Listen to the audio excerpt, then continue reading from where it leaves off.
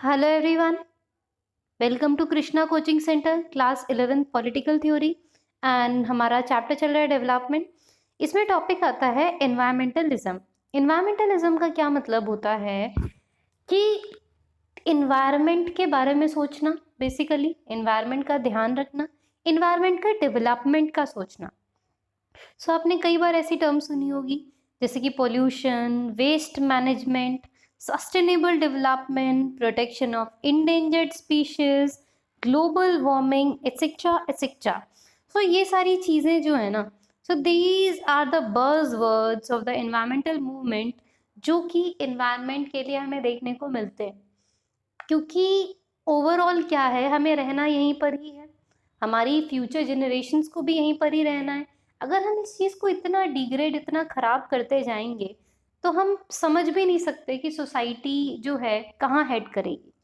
So environmentalists maintain that human beings should learn to live in harmony with the rhythms of ecosystem and not manipulate the natural environment to serve the immediate interest.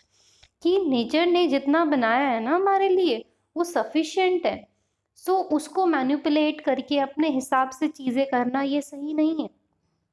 So they believe कि जो Mankind है is using up and destroying natural resources, और वो भी इतने extent तक कि ये सिर्फ एक बंजर धरती छोड़ देगा, poison river and polluted air future generation के लिए।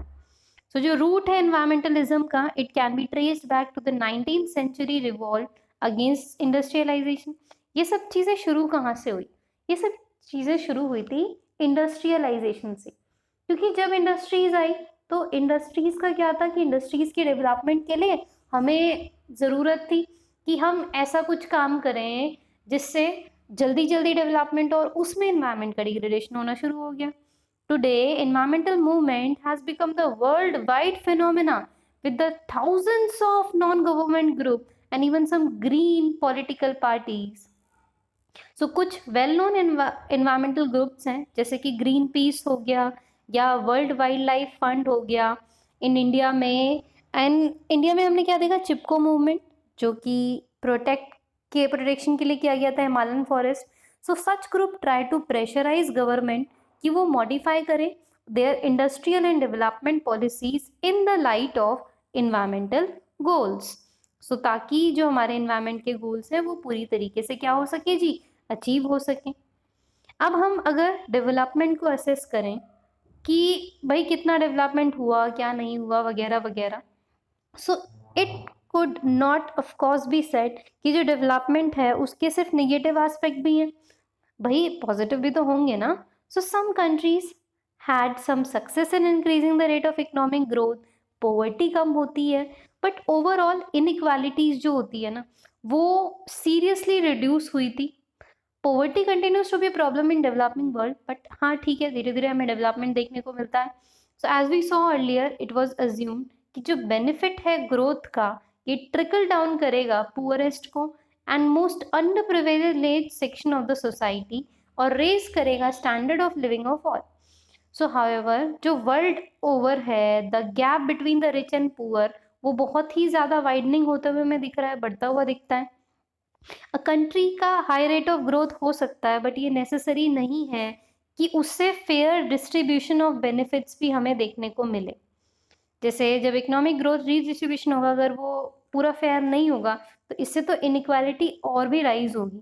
तो मेजरली हमें यही देखने को मिलता है कि जो प्रिविलेज्ड लोग हैं जिनके पास ऑलरेडी सब कुछ है वो और प्रिविलेज होते जा रहे हैं, और जो गरीब हैं वो और गरीब होते जा रहे हैं। So it is now increasingly being recognised कि बहुत ही बड़ी ज़रूरत है to adopt a broader notion of development, कि और एक ब्रॉड व्यू ऑफ डेवलपमेंट हमें क्या रखना चाहिए। सो एक्सेसिव फोकस रहेगा इकोनॉमिक ग्रोथ पे and has not given rise to wide range of problems, but even economic growth had also been satisfactory. Hence development क्या है, it is viewed in the broader sense as a process जहाँ पे लोगों की quality of life better होगी। हम यहाँ पे लोगों की ज़िंदगी बेहतर बनाने की बात करेंगे। So if development is understood as a process जो एम करेगा to improve the quality of the people, it has been argued कि measuring the rate of economic growth alone would be inadequate, at times misleading indicator of development. सो अब ये आता है कि ठीक है, अगर लोगों की लाइफ को ही बेटर करना है तो भाई इकोनॉमी की ग्रोथ चेक कर लो कि इकोनॉमी ने कितना पैसा कमाया, इकोनॉमी में कितनी ग्रोथ हुई। तो जो इकोनॉमी की ग्रोथ होगी मतलब वो पैसा पब्लिक के पास है।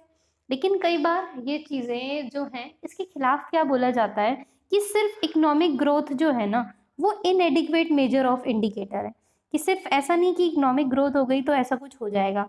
तो ये चीजें जो है ह्यूमन डेवलपमेंट की जो रिपोर्ट है उसने मानी। ह्यूमन डेवलपमेंट रिपोर्ट कौन बनाता है? United Nation Development Programme, UNDP.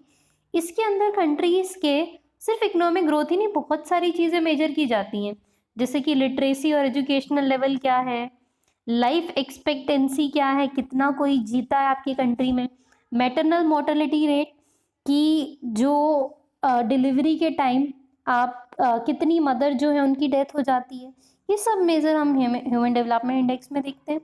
इस कंसेप्ट के हिसाब से डेवलपमेंट क्या है? ओवरऑल है, जिसके अंदर सबसे पहले बेसिक नीड जैसे कि फूड, एजुकेशन, हेल्थ, शेल्टर, ये तो मिलना ही मिलना चाहिए। So this is a basic need approach. जैसे रोटी कपड़ा और मकान, गरीबी हटाओ, बिजली सड़क पानी, ये कन्वे करता है कि बेसिक नीड क्या है ह्यूमन बींग्स की और उसको कैसे फुलफिल करा जा सकता है या करा जा रहा है।